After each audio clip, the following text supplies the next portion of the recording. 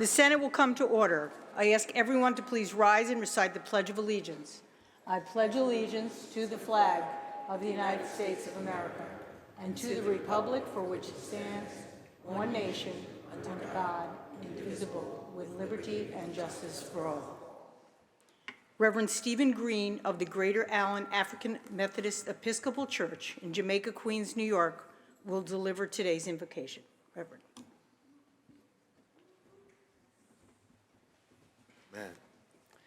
I want to first thank Senator James Sanders for this gracious invitation, and Senator Leroy Comrie and Majority Leader Senator Andrea Stewart-Cousins for this privilege to be able to stand here today. I am honored to be here today with my lovely wife, First Lady Brea Tilford Green, along with members of the Greater Allen Cathedral of New York, and one of our members who is no stranger to this body, the first African-American Majority Leader, Senator Malcolm Smith.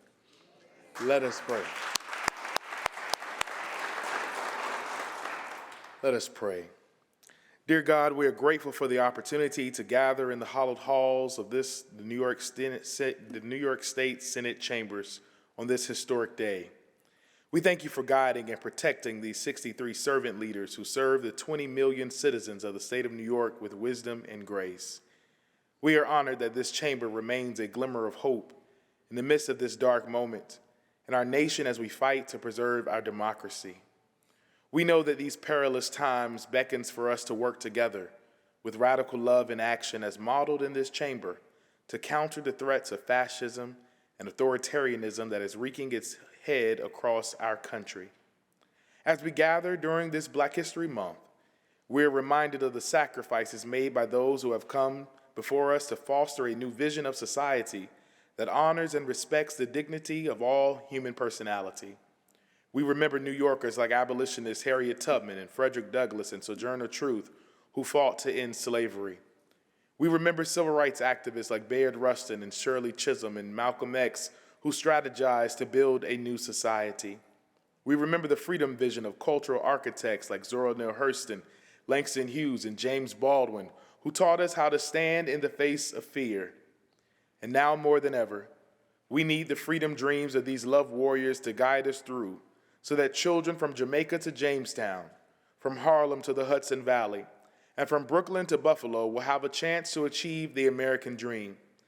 May we always hold on to the power of our faith, to work together in the spirit of Ubuntu, I am because we are, until every New Yorker has access to excellent education, guaranteed housing, quality health care, a clean environment, and safe streets.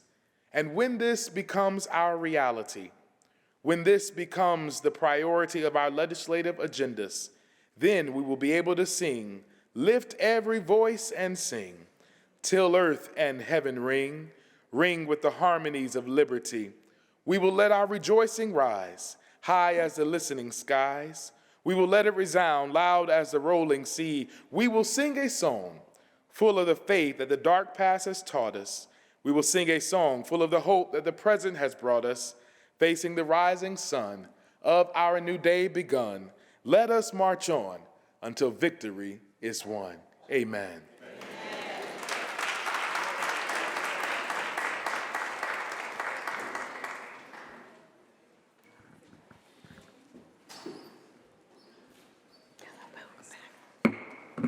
Reading of the journal.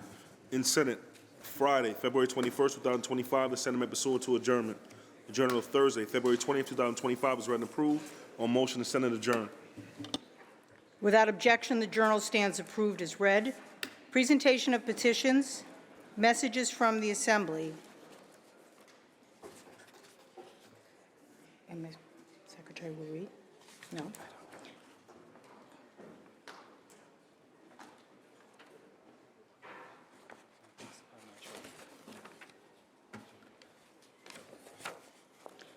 Messages from the Governor. Reports of standing committees, reports of select committees, communications and reports from state officers, motions and resolutions. Senator Gianaris. Good afternoon, Madam President. I wish to call up Senator Kruger's bill, print 1438A, recalled from the Assembly, which is now at the desk. The Secretary will read. Calendar number 102, Senate Print 1438 by Senator Kruger, enactment of the Public Health Law. The bill is passed. Call the roll. Addabbo, Gianaris Kruger, Orso, Cousins White, ayes 60. The bill is restored to its place on the third reading calendar. I offer the following amendments. The amendments are received, and the bill will retain its place on the third reading calendar. Please recognize Senator Sanders for an introduction. Senator Sanders, for the purpose of an introduction. Thank you, Madam President. Thank you. I want to thank the leader. I want to, on behalf of Senator Comrie and myself, I want to warmly welcome Pastor Stephen Green and the parishioners from Allen, of course, the African Methodist Episcopalian Church to celebrate AME Day in Albany. I appreciate that many of you have traveled very far to get here. This is the 191st anniversary of the great Allen AME Church, but the AME Church as a whole has a proud history in America. It's a history of faith over resistance, faith over failure, if you wish, where they came into being because some people hiding under the garb of Christianity did not understand the unity of the human family, and therefore the church was created. And that started in 1834, and we are really proud of that. In the 1840s, when most of the nation was trying to decide where they would go, this church was a leader in the Underground Railroad. In fact, a church not far from here, walking distance, was one of the stops of the Underground Railroad, where they have a tunnel on Hamilton Street. They have a tunnel to the river so that people could escape. So a real impressive history here. In June 16th, 2024, Reverend Stephen A. Green was appointed senior pastor, and he is ushering in a new era of that historic church. Of course, he could not do this alone. The First Lady, of course, doesn't walk behind him, walk side by side with him to ensure that this is going to go the way it's supposed to. I know they have traveled long. I have further words to say, but I will not say them today. I look forward to coming to the church to bring the resolution that we will vote on another day here and present it to the church. I will come around to you in a moment, but on behalf of all of my colleagues here, we want to thank you for coming. And Madam President, if you would give the courtesies of the Senate, I would be much obliged. Thank you. Thank you very much, Senator Sanders. To our guests from the Greater Allen AME Church, Reverend Green and First Lady Green, to Senator Malcolm Smith and our guests, we welcome you on behalf of the Senate. We extend all the privileges and courtesies of the House. Please rise and be recognized.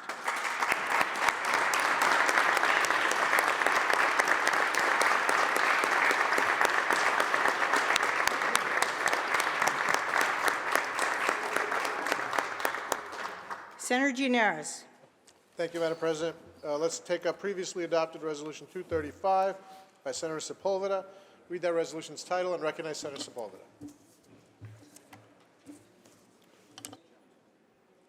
Secretary will read.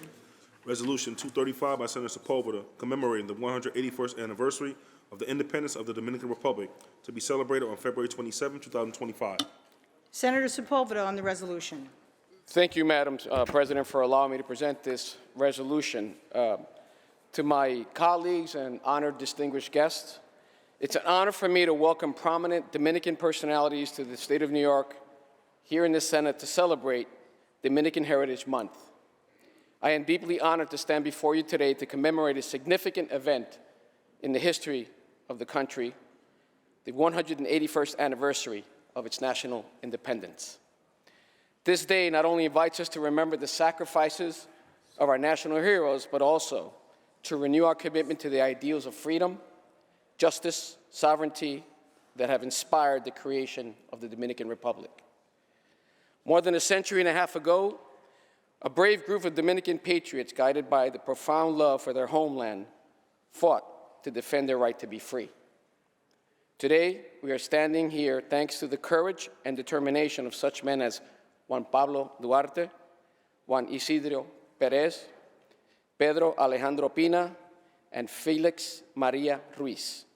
They, along with other heroes, sowed the seeds of independence that would later flourish in the Dominican Republic that we now know.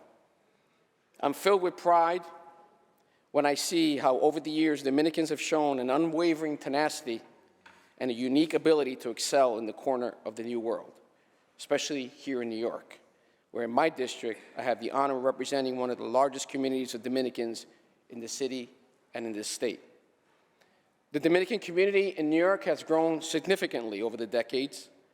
This increase not only reflects the population growth, but also the consolidation of a very strong Dominican identity and culture in the city. According to the 2020 census, there are 842,307 Dominicans in New York City, and they are the second largest ethnic group in our city after non-Hispanic whites. To commemorate this historic day, I would like to recognize those who, through dedication and effort and passion, have witnessed the transformative impact of their community.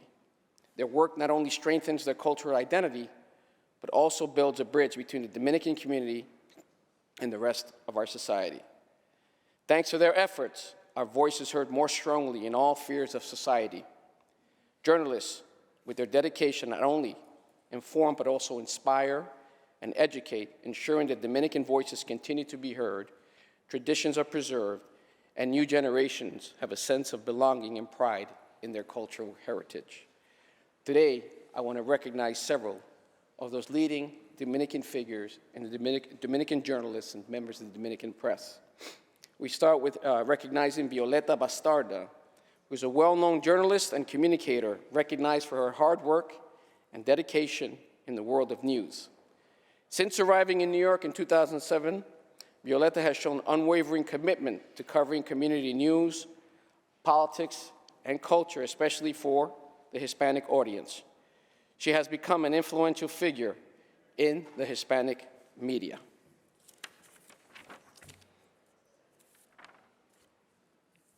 We're also going to recognize today, bear with me one second, Ramon Tolentino, who is a journalist known for his involvement in police investigations in the neighborhoods of the Dominican capital. He has worked in various media outlets, including television, radio, and digital platform. On Esto No Es Radio, his approach seems to generate relevant and up-to-date content for the audience with a direct, critical, and uncensored style. Darlene Bourdies, who is a journalist and news anchor of the Dominican Republic with over 20 years of experience in journalism. She currently works at Telemundo 47, New York, where she presents the news at various times. Before joining Telemundo, Ms. Bourdies worked at several television and radio stations in the Dominican Republic.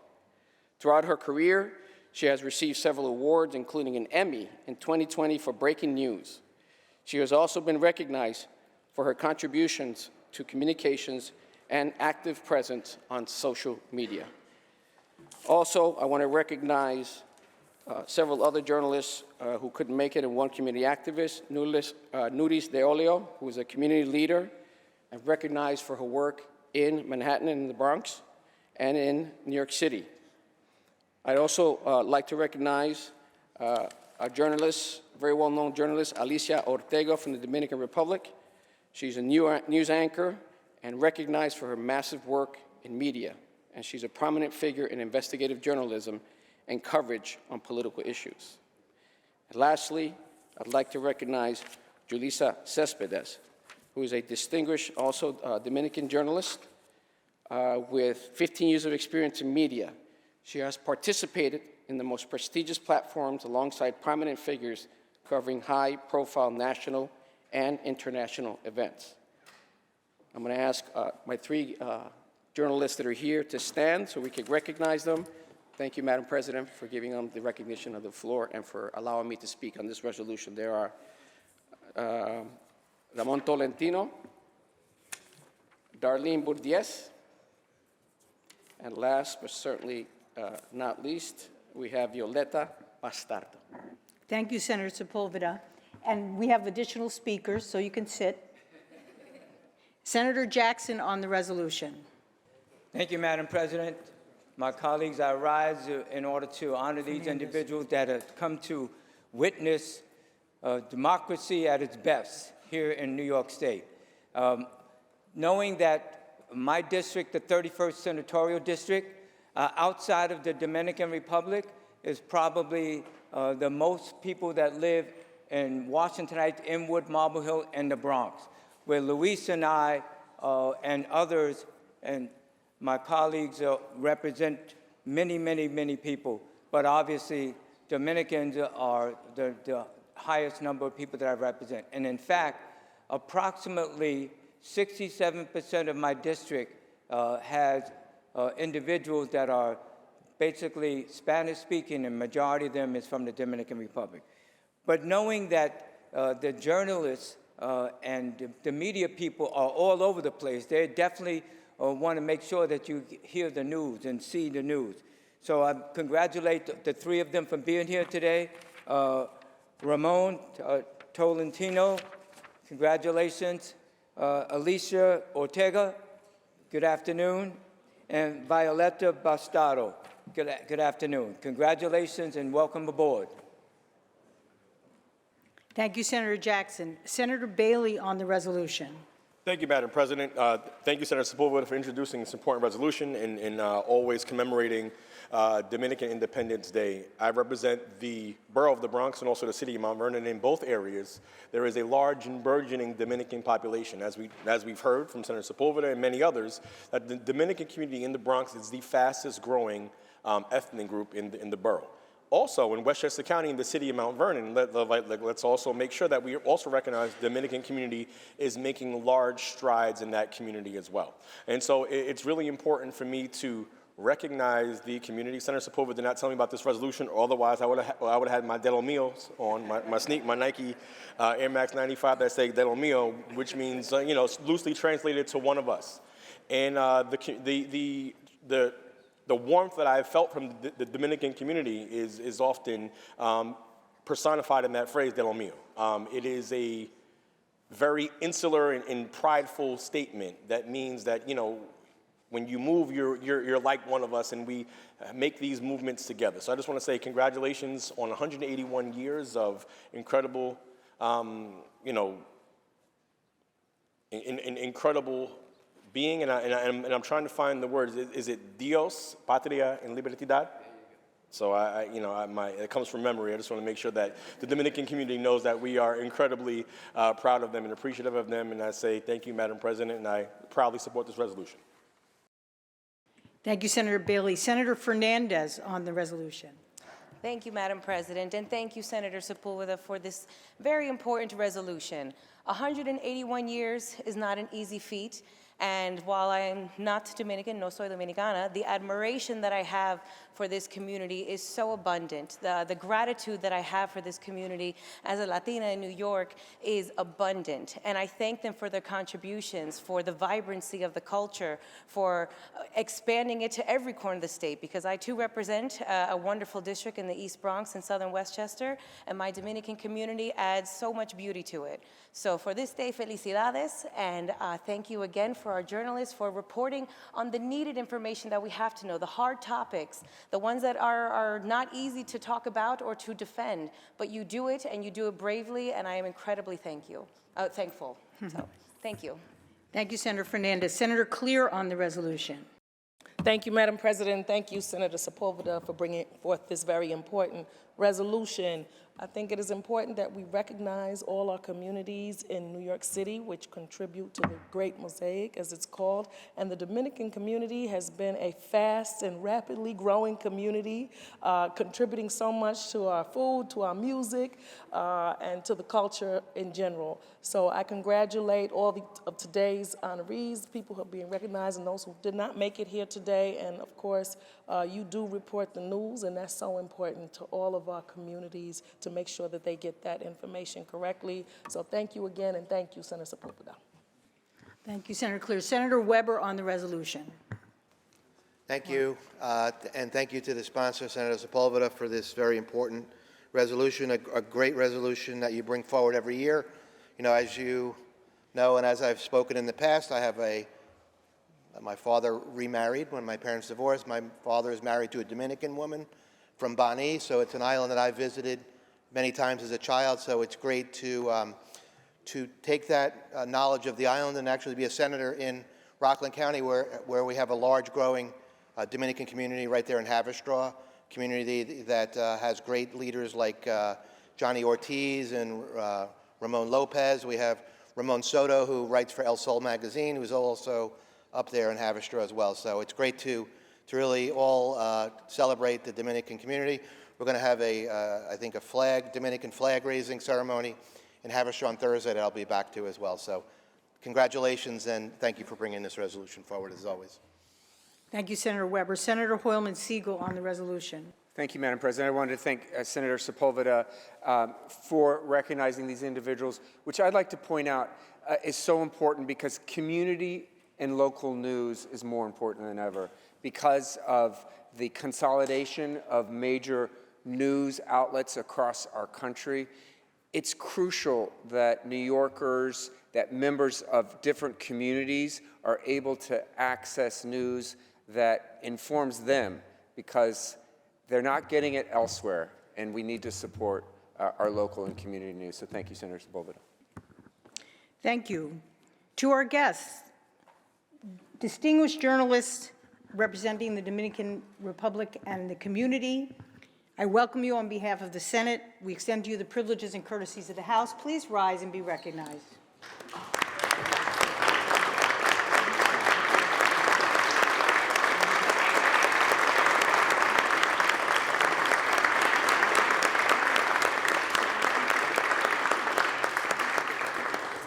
The resolution was previously adopted on January 22nd. Senator Gianaris. Madam President, Senator Sepulveda would like to open that resolution up for co-sponsorship. The resolution is open for co-sponsorship. Should you choose not to be a co-sponsor on the resolution, please notify the desk. Senator Gianaris. Please take up the reading of the calendar. The Secretary will read.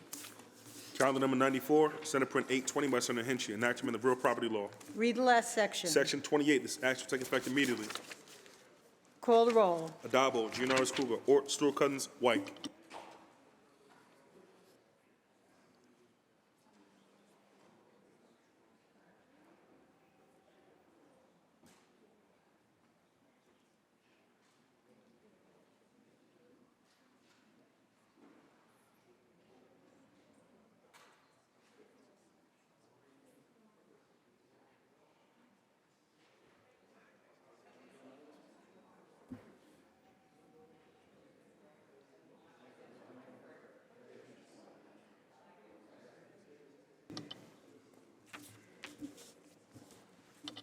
Announce the result. In relation to calendar 94, those senators voted in the negative are Senators Borrello, Kazan Fitzpatrick, Chan, Cooney, Gallivan, Griffo, Helming, Lanza, Martinez, Matera, Oberacker, O'Mara, Ort, Rhodes, Skoufis, Steck, Tedisco, Walzik, and White.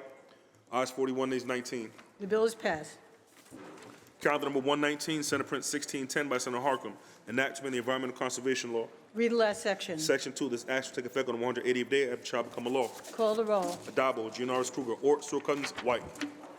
Announce the results. Ayes 6, In relation to calendar 119, voted in the negative, Senator Walzik. Ayes 59, nays 1. The bill is passed. Can we have a little order? Thank you. Calendar number 123, Senate Print 29 by Senator Harkin, enactment of the Public Health Law. Read the last section. Section 2, this act will take effect on the 90th day after it shall become a law. Call the roll. Adabo, Gianaris Kruger, Ort, Stewart Cousins, White. Announce the results. Ayes 60. The bill is passed. Calendar number 124, Senate Print 195 by Senator Martinez, enactment of the Public Health Law. The bill is laid aside. Calendar number 197, Senate Print 2324 by Senator Comrie, enactment of the Public Authorities Law. Read the last section. Section 4, this act shall take effect on the 90th day after it shall become a law. Call the roll. Adabo, Gianaris Kruger, Ort, Stewart Cousins, White. Announce the results. Ayes 60. The bill is passed. Calendar number 223, Senate Print 378 by Senator Brooke, enactment of the Education Law. Read the last section. Section 2, this act shall take effect on the 90th day after it shall become a law. Call the roll. Adabo, Gianaris Kruger, Ort, Stewart Cousins, White. Announce the results. Ayes 60. The bill is passed. Calendar number 226, Senate Print 3029 by Senator Stavisky, enactment of the education law. Read the last section. Section 4, this act shall take effect 2 years after it shall become a law. Call the roll. Adabo, Giannaris Kruger, Ort, Sewell Cousins, White. Announce the results. Ayes 60. The bill is passed. Calendar number 233, Senate Print 661 by Senator Giannaris, enactment to amend the insurance law. Read the last section. Section 2, this act shall take effect on the 1st of January. Call the roll. Adabo, Giannaris Kruger, Ort, Sewell Cousins, White. Announce the results. Ayes 60. The bill is passed. Calendar number 236, Senate Print 52 by Senator Liu, enactment of the tax law. Read the last section. Section 2, this act shall take effect on the 120th day after it shall become a law. Call the roll. Adabo, Giannaris Kruger, Ort, Sewell Cousins, White.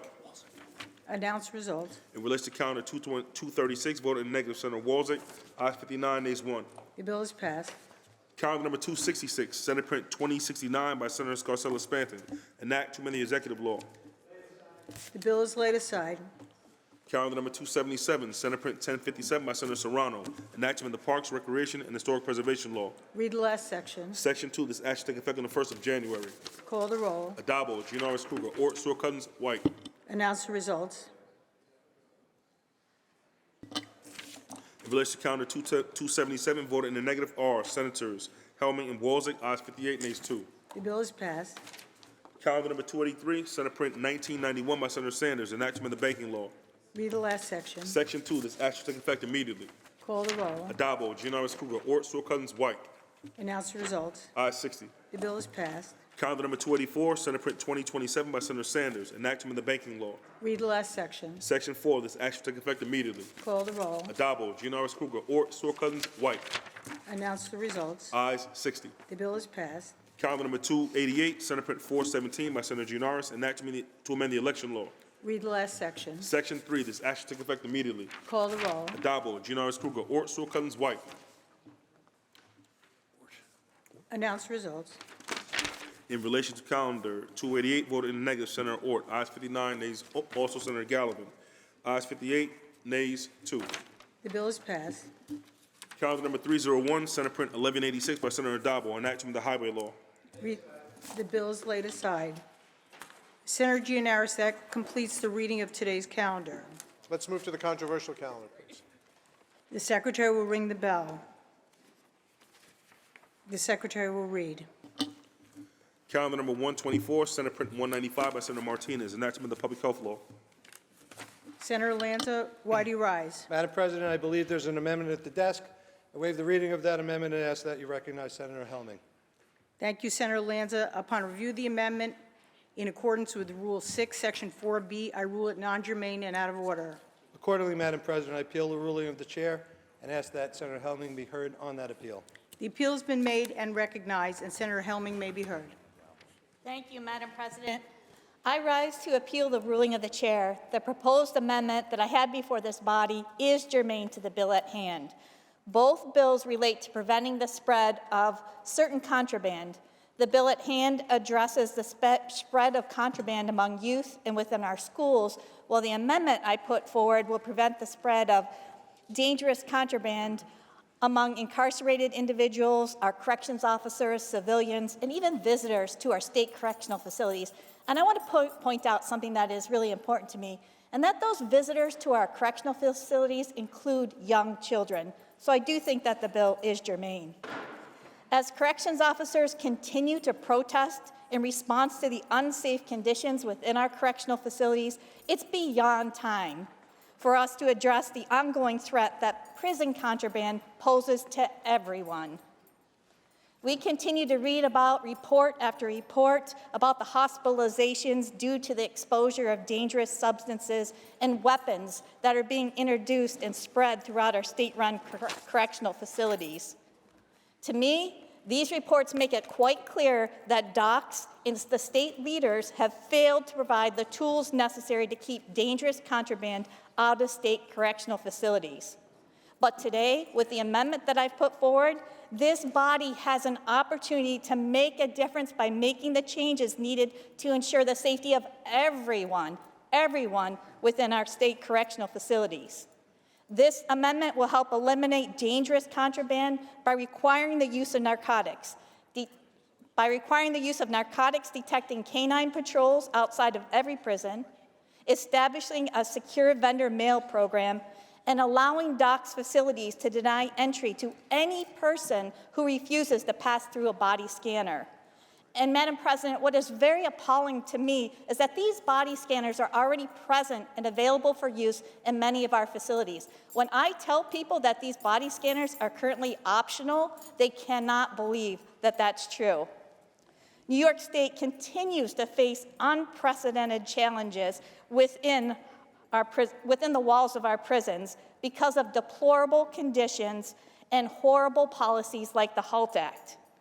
We, again, have an opportunity today to begin to resolve the current crisis by coming together and implementing common sense policy like the Contraband Screening Amendment before this body. But we need to act now before it's too late.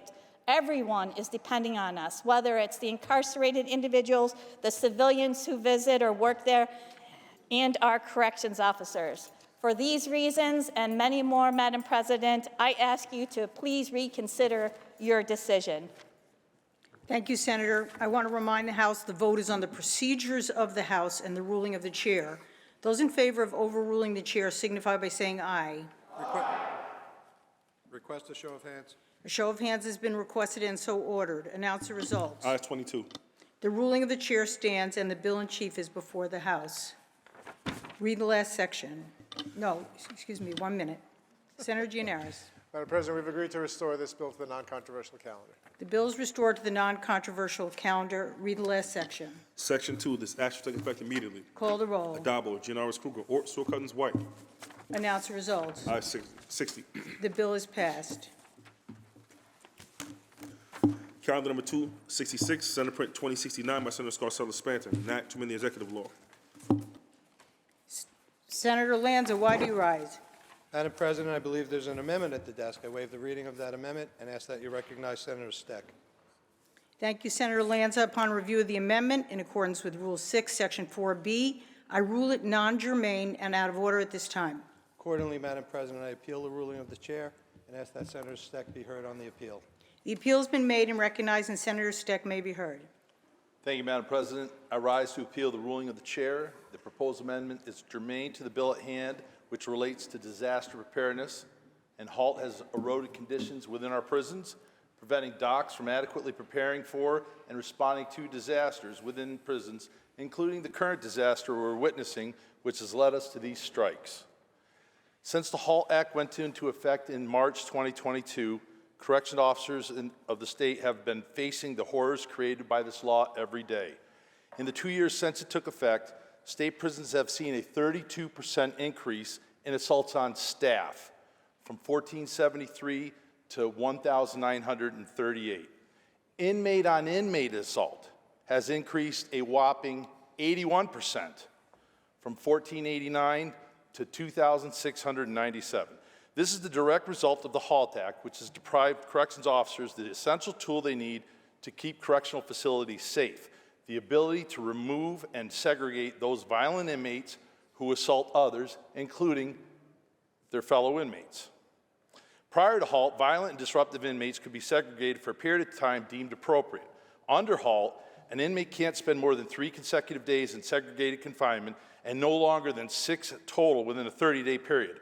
Only in extreme cases can those timeframes be expanded up to 15 consecutive days or 20 total days in a 60-day period. This has led to a severe staffing crisis within our prisons. Corrections officers are leaving at alarming rates because of the deplorable and unsafe conditions within prisons. COs are an important part of our law enforcement community. They risk their lives to keep inmates safe, keep prisons orderly, and protect the surrounding communities from the danger that lies within prisons. But we can't keep or recruit corrections officers because of the disastrous policies enacted by this majority. The instability and danger has led us to where we are now. COs at nearly every correctional facility in the state have gone on strike, finally standing up to oppose the inhumane conditions they have been forced to endure because of the HALT Act. And all they're asking for is the ability to work in a safe environment where inmates know they can face consequences for their actions and can be separated when they pose a risk to the facility. in recent days, as many of us have had the opportunity, and I've taken it to visit our correction facilities. And I'll recall that HALT, 21 years or younger, 55 years or older, are not eligible. So older inmates are using younger inmates who are not subject to HALT to commit their assaults that they want committed on behalf of them, so no one faces any repercussions. Inmates, including honor blocked inmates, have told me personally over the years that they felt safer before HALT. Let me repeat that. I've had inmates, including honor block inmates, tell me that they felt safer prior to HALT. That special housing and RRU have more freedoms, more time out of the cell, more time with the tablet, and insert here phone, because that's what the tablet is, than the general population or people on honor block. HALT has incentivized bad, violent, disruptive, dangerous behavior in our prisons. Not just to staff, some might be more concerned for staff, but also for inmates. Some might be more concerned for the inmates. I have 7 remaining facilities in my Senate district, more than anybody else. I've seen video of these assaults. I've talked to the COs with the injuries, broken eye sockets, broken bones, lacerations. There are no consequences for these attacks. There is no deterrent.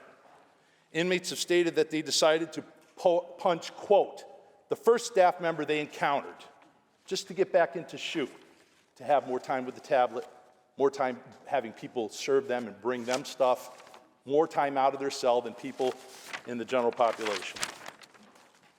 It's no wonder that our recruitment and retention have plummeted, and that has resulted in mandatory overtime, routinely forced 24 or 36-hour shifts. Dangerous. We monitor how long a truck driver can drive on the road before they have to have rest. You are requiring, your state Department of Corrections and Supervision is requiring our state employees to work well past 24 hours routinely. Some of these guys make triple their salary in overtime. Think about the math there, how much time they have to work in order to earn that kind of salary. New York State, as a $250 billion corporation and employer, has a duty to provide a safe work environment for all of our employees. Where is the Department of Labor? They'd be all over any other employer for forcing employees to work 24 straight hour shifts routinely. This strike has not been about asking for more money. It's about having a work environment free of having feces thrown at you. How many of you would tolerate that in your work environment? What would DOL say if any other employer had that kind of work conditions? They want to be able to work where they're not routinely assaulted at work. We have special protections that we voted for retail workers and for transit workers. But where are the basic protections from assault for our workers that are in our correctional facilities? This strike has been about not being forced to work 24 to 36 hours straight routinely without notice, which is unsafe and unfair to them and their families. And it's also about their exposure to chemicals, the drugs and poisons. These aren't just drugs that are being smuggled in as contraband. This is rat poison put in with wasp killer and you name it. They don't have tests for this stuff yet. And in my district, just a couple weeks ago, Madam President, 25 staff members, not just NYSCOBA members, nurses, civilian staff, 25 in one night at Upstate Correctional, had to be taken to the emergency room because they were exposed to something. Docs never figured out what it was. Some people actually had the audacity to suggest that it was all in their heads because somehow people that work in a prison were stressed out by seeing somebody overdose. Overdoses are a routine occurrence in our prisons. As a matter of fact, just the other day, last week, when I was at Adirondack Correctional talking to the folks outside there, 2 ambulances left the facility because an inmate had been exposed to something and a nurse had been exposed to something. There's a major contraband crisis in our facilities, as has been mentioned previously. We bought $13 million worth of personal body scanners, the same ones that you would use in the TSA. If you want to get on a plane in the United States of America, commercial jet, you're going to get on in that body scanner or you're not getting on that plane, period. But, however, we already bought these in the 2023 budget, but we made them optional for visitors and we made them optional for inmates. And we have contact visitation where they're sharing food bags and touching each other, and that's where a lot of this contraband is being passed. And they're exposing each other and our staff to God knows what poisons. Body scanners should be mandatory. And likewise, our secure vendor program is an absolute joke in this state. Anyone with an Amazon box can ship something in posing as Amazon, and any unscrupulous person that wants to create an LLC in order to ship drugs into our facility, they can do it as a third-party vendor through Amazon or Walmart. It's a joke. We don't have to reinvent the wheel. We have the tools to do this. If we're serious about our inmates' safety, we're serious about our staff safety, then we're going to fix the contraband problem. We're going to fix the body scanner problem. We're going to fix the secure vendor problem. But most of all, importantly, we are going to repeal HALT. Since its implementation, HALT has been a disaster for both staff and for our inmates. And Madam President, for these reasons, I strongly urge you to, for the love of God, reconsider your ruling and repeal HALT. Thank you, Senator. I want to remind the House the vote is on the procedures of the House and the ruling of the chair. Those in favor of overruling the chair signify by saying aye. Aye. Show of hands. A show of hands has been requested and so ordered. Announce the results. Ayes 22. The ruling of the chair stands and the bill in chief is before the House. We've also agreed to restore this bill to the non-controversial calendar. The bill has been restored to the non-controversial calendar. Read the last section. Section 2, this act shall take effect on the 120th day after it shall become a law. Call the roll. Adabo, Giannaris Kruger, Ort, Sewell Cousins, White.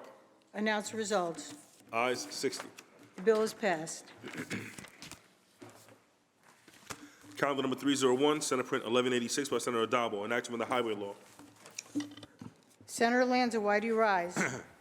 Madam President, I believe there's an amendment at the desk. I waive the reading of that amendment and ask that you recognize Senator Martins. Thank you, Senator Lanza. Upon review of the amendment in accordance with Rule 6, Section 4B, I rule it non-germane and out of order at this time. Accordingly, Madam President, I appeal the ruling of the chair and ask that you recognize Senator Martins on the appeal. The appeal has been made and recognized, and Senator Martins may be heard. Thank you, Madam President. I am hopeful that third time is a charm this afternoon, but hope springs eternal. Madam President, I rise to appeal the ruling of the chair. The proposed amendment is germane as the bill at hand deals with the construction, congestion, and safety on the City of New York streets, and the amendment I have brought today also deals with a program that claims to remedy vehicle safety and traffic safety in New York City. Specifically, Madam President, in Manhattan, south of 60th Street. I think we've all seen the impact that congestion pricing has had on our local communities, those of us who live in the suburbs, whether it's in Nassau or Suffolk County, or those of us who live in the suburbs, Madam President, north of New York City, in Westchester, Orange, Dutchess, and Rockland counties, or those who live in the outer boroughs, the Bronx, Brooklyn, Queens, Staten Island. We've all heard from our constituents on the impacts that the congestion pricing has had on our communities.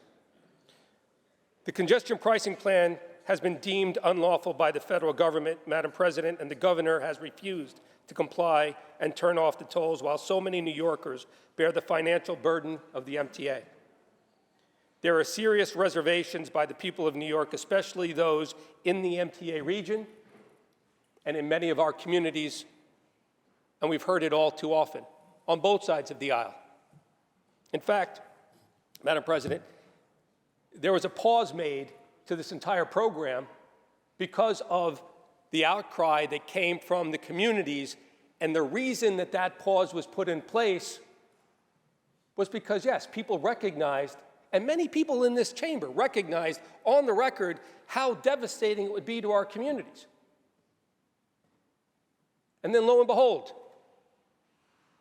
in late November of this last year, after an election in early November, the governor decided to press play, and I did not hear, nor did anyone else hear from anyone in this chamber with regard to those reservations that had been voiced before. So here's our opportunity, with the help of my dear colleague, Senator Adabo, and the bill that he has offered, to allow the opportunity for us to rectify this mistake and to send a message to our communities that we're going to prioritize them.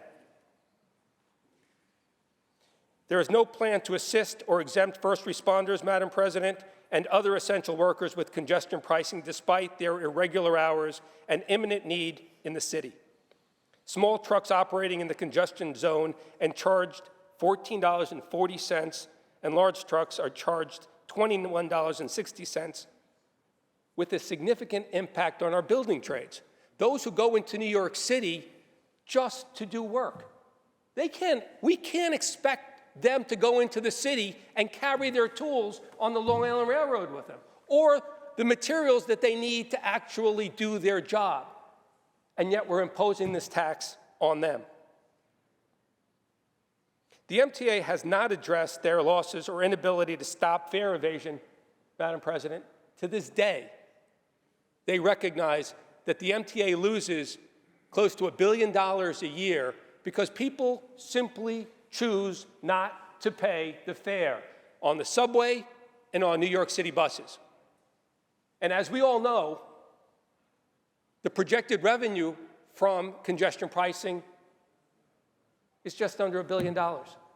And so if the MTA leadership took the opportunity to merely enforce the fares that they have on the books, there is no reason why people from our communities should be paying $9 or more because someone has been allowed to consistently avoid paying their fare. So, Madam President, the amendment I have brought today will ensure that congestion pricing is repealed and will ensure that the MTA is audited to ensure that the MTA and mass transit continues to be sustainable for our communities in the downstate region. And we have all recognized that the lifeblood of our state runs through mass transit and through the MTA. And for the sake of preserving mass transit and the MTA, let's all agree, let's repeal congestion pricing, and let's ensure that the MTA is audited once and for all to recover all of those losses.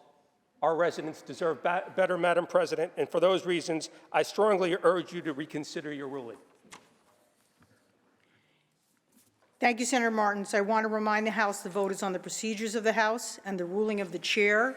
Those in favor of overruling the chair signify by saying aye. Aye. Show of hands. Show of hands has been requested and so ordered. Announce the results. Ayes 22. The ruling of the chair stands and the bill in chief is before the House. Madam President, we have also agreed to restore this bill to the non-controversial calendar. This bill has been restored to the non-controversial calendar. Read the last section. Section 2, this action take effect on the 90th day after it shall become a law. Call the roll. Adabo, Giannaris Kruger, Ort, Stewart Cousins, White. Announce the results. In relation to calendar 301, voted in the negative, Senator Walzing. Ayes 59, nays 1. The bill is passed. Senator Gianaris. Madam President, please recognize Senator Webb for a special introduction. Senator Webb for an introduction. Thank you, Madam President. I wanted to acknowledge that we will be taking up a resolution that is memorializing Governor Kathy Hochul to proclaim February 24th as Domestic Violence Awareness and Prevention Day in the state of New York.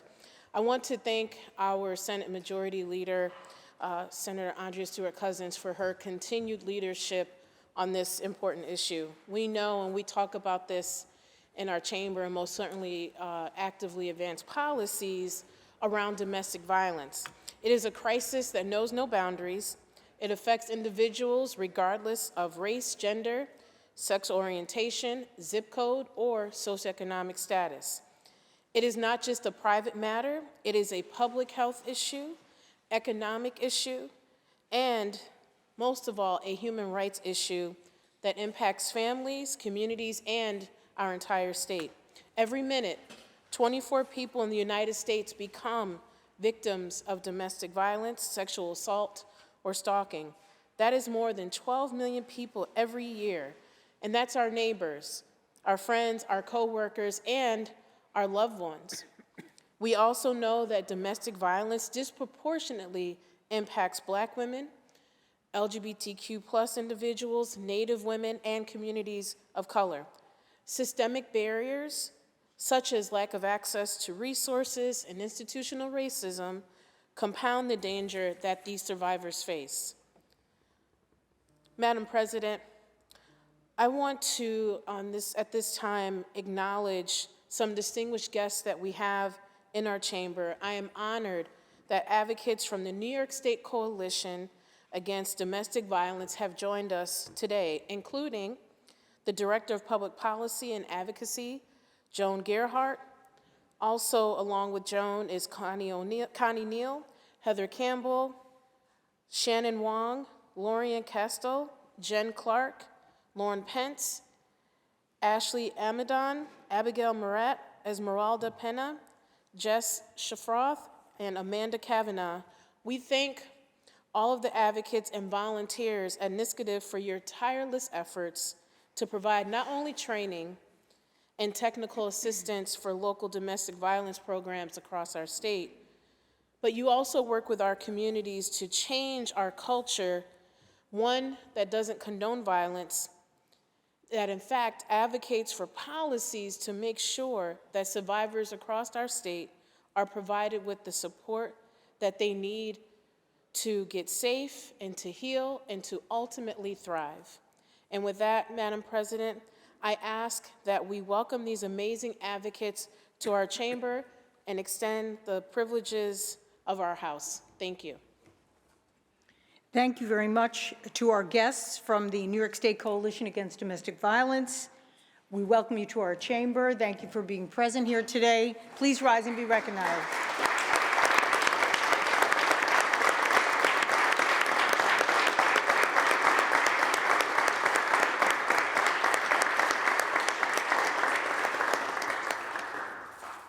Senator Gianaris, that completes the reading of today's calendar.